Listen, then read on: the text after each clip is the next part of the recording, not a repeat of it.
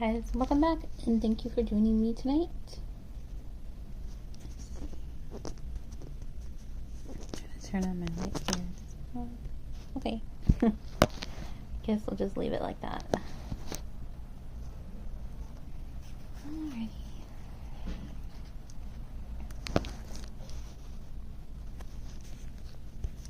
Okay. Alright, tonight we're going to be talking about curses.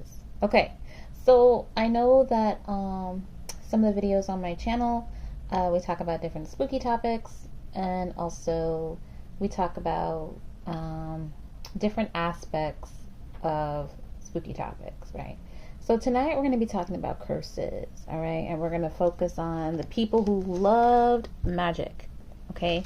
Who were known for it as well, the ancient Egyptians, okay? A long time ago in a galaxy far, far away. I'm just kidding. All right, so let's talk about curses. Okay, so a definition of a curse. What do you guys think is a definition of a curse? What do you guys think it could possibly be?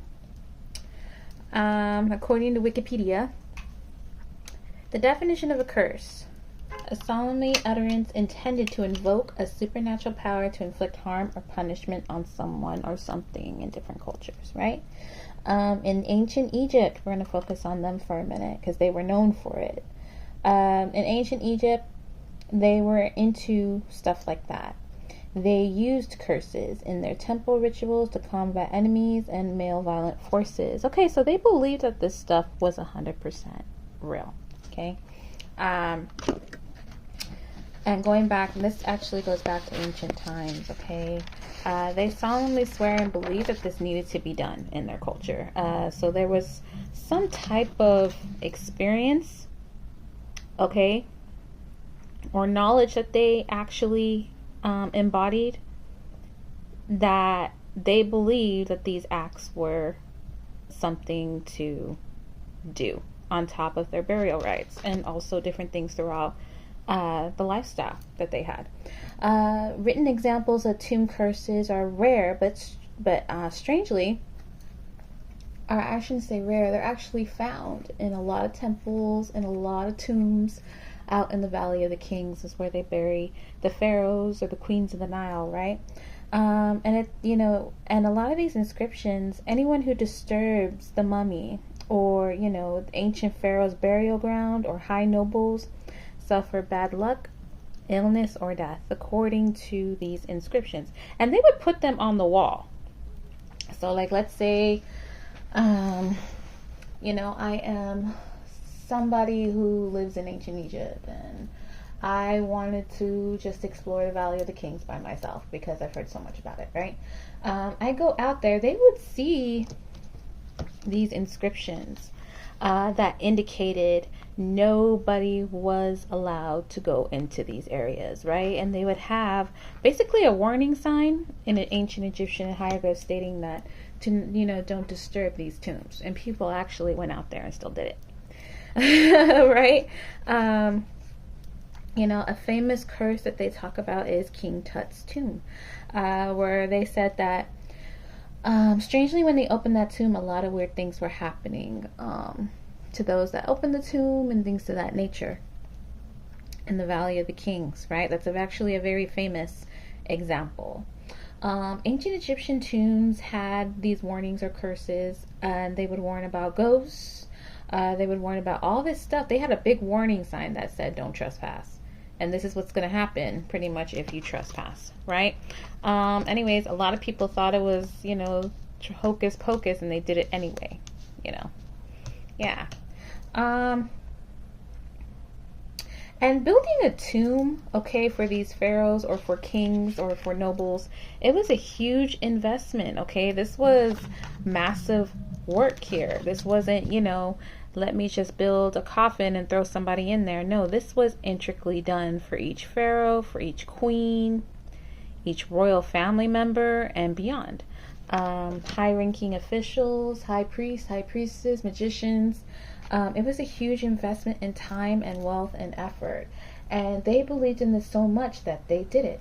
They believed that there was an afterlife. They believed that The dead shouldn't be disturbed. They believed that. So, like I said, they must have had some type of knowledge of this or some type of experience, many experiences, to go ahead and do these things for burial, like mummification, rituals and rites and curses, and building tombs. They had some type of, I want to say, experience in a culture, in their culture, where they believed that this needed to be done. This was a need for this. And things to that nature. Their religion was different, okay? They had all types of things going on in their religion, right? It was different from the other ancient world, I want to say, from the ancient world that was going on at the time. Their neighbors, the Greeks, the Romans, it was completely different from them. They were worshiping gods that were like half lion or half crocodile and human. The ancient world made many accounts of their religious beliefs, and they couldn't understand. They acknowledged how smart they were.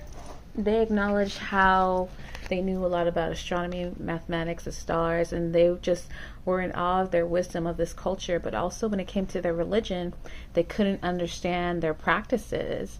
They were scratching their head most of the time. They're trying to figure out, they scratched their head at their religion and their religious beliefs because it was so different. They were so different. Their neighbors, the Greeks, acknowledged that they had wisdom, and also they had difficulty understanding and accepting their practices because they were so new. It just wasn't, it was very strangely done, right? Or they thought it was strange. But to the Egyptians, they thought, they were ahead of their time, right? They were different, and some people believed that they came from an alien culture. They believed that the ancient Egyptians came from an alien culture and not from this world. Yeah, there's a theory. There's many theories on that, because they were so different. So different that nobody matches who they are at the time. Yeah, a lot of people believe that they came from some type of alien culture. Some people believe that. There is theories on that, and they didn't come from an earthly origin. That's what some people believe. Okay. The ancient Egyptians believed that magic protected their royal family. Okay, so going back to curses, they strongly believed in magic. Magic was in their everyday life. They believed that it protected their royal family. Magic protected the royal family along with their gods and goddesses. Some magic that was practiced, the charging of amulets, different type of magical tools like wands, amulets, charms that they wore, Afro-practic magic, the use of wearing a dangerous image or a fearsome image like an animal or like a lion. Let's say if they wanted some type of protection, they wear lion jewelry or cobra jewelry, or wear it on their headdresses. And I love this girl right here. She has a cobra, summoning the energy of Wejat goddess, the cobra goddess, or goddess that is symbolized by cobras. So they would do this. They would wear images and charms, dangerously looking images and charms to ward off evil.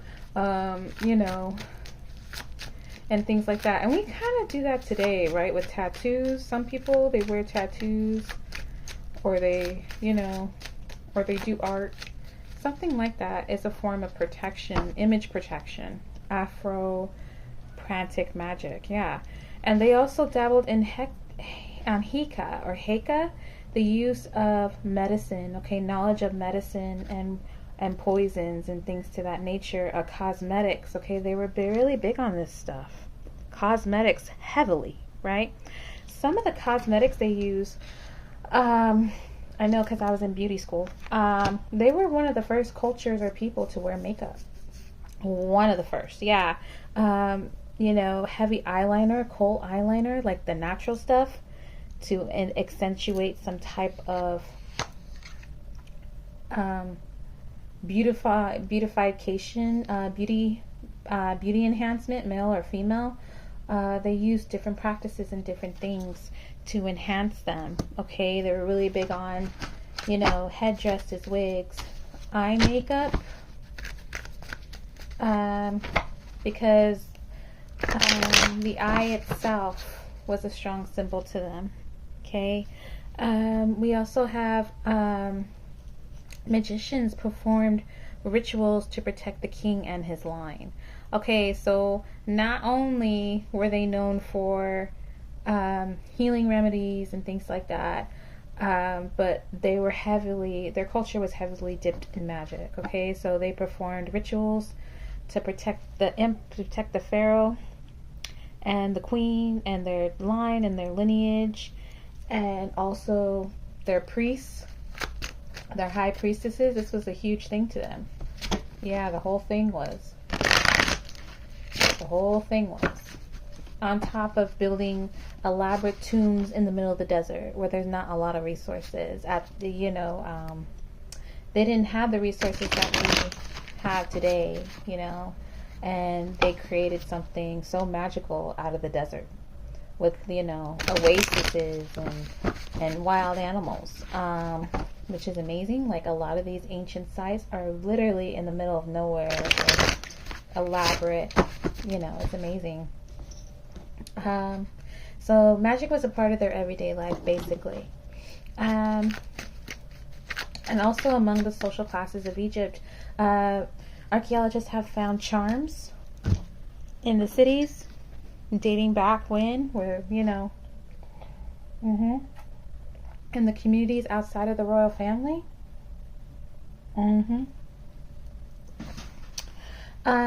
They believed that the pharaoh was God himself. Okay, so they also believed that Pharaoh was the most magical person in the whole Egyptian community. Okay, that the king or queen pharaoh, or queen, they were the most magical, and they believed that they had the greatest magical powers of all. Okay, so these priests, pharaohs, and magicians were all trained in aspects of magic, okay, and healing properties and things like that. They would literally have sessions to do all this, and ancient practices, and what they, using their knowledge and what they have discovered, and different things to that nature, and curses. They were big on that. Yeah. Ancient curses. They were big. Yeah. They would, they were an amazing, I want to say, they thought outside the box, the ancient Egyptians. And also some of their influence we use today, whether it's mathematics, whether it's philosophy. They have contributed to the human race in numerous ways as well. And their culture, ancient Egyptians, is put in stories, movies, hence the mummy's curse. And believe it or not, what's so scary about the mummy is that it's based off of like a real situation, or like, I want to say like something based off of an experience that took place with Tutankhamun, and it's called the Curse of the Pharaohs, and it's a real curse that is found in ancient Egypt in their books or their manuscripts. It's really a real thing, and that's what they believed in. Yeah. So the movies of the old black and white film, The Mummy, they were close to what some of this stuff really is. Yeah, for entertainment purposes only, and things to that nature, right? You sit around with the family and watch a scary movie. The movie with Brendan Fraser, The Mummy, is also close to kind of this stuff as well. The Curse of the Mummy's Tomb, things to that nature. But what do you guys think? Do you guys believe this stuff is real? I mean, do you believe curses are real? Do you guys believe that the ancient Egyptians weren't from here? Like, that theory has been going around forever. Like, some of these ancient cultures, they believe, they didn't have Earth origins. Like, they came from another planet. They were aliens. They came from an ancient alien race. Like, I've seen so much stuff online about this. But you know what? Honestly, it kind of makes sense. I want to, like, because, if you look at ancient cultures, or if you study them, the ancient Greeks, the ancient Romans, the ancient Aztecs, and things like that, and the ancient cultures all over the world, you will see that they have similarities and they have differences. But the ancient Egyptians they're completely on another level here. They were definitely ahead of their time. They definitely were tapped into some type of ancient wisdom, ancient knowledge, and maybe a knowledge that's not even from here.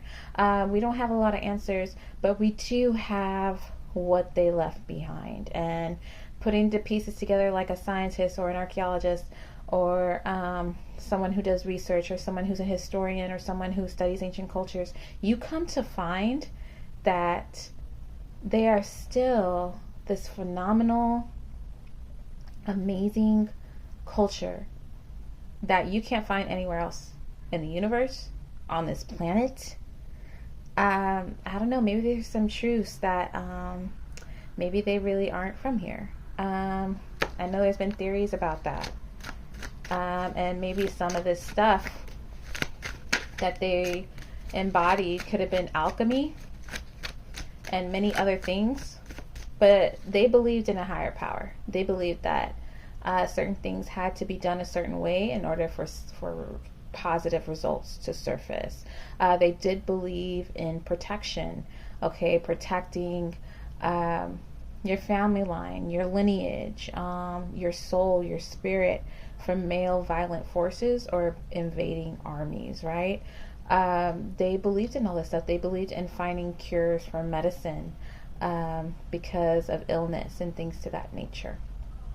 They believed in dressing a certain way to embody who they are, but also to send a message for protection as well. To me, this is all a form of alchemy, turning something into something else. And like I said, maybe there's some truth to that when it comes to their curses, or when it comes to watching the mummy.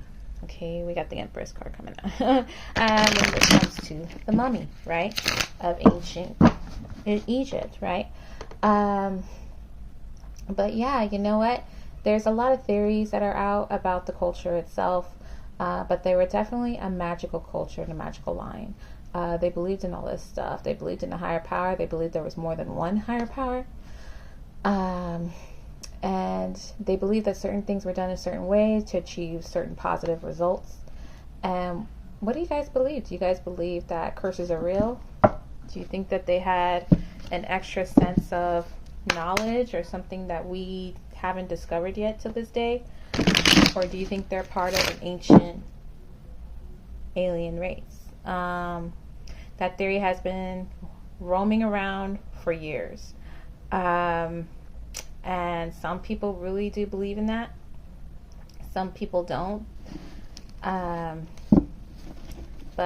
what do you guys think? Let me know in the comments, okay? Y'all have a good night.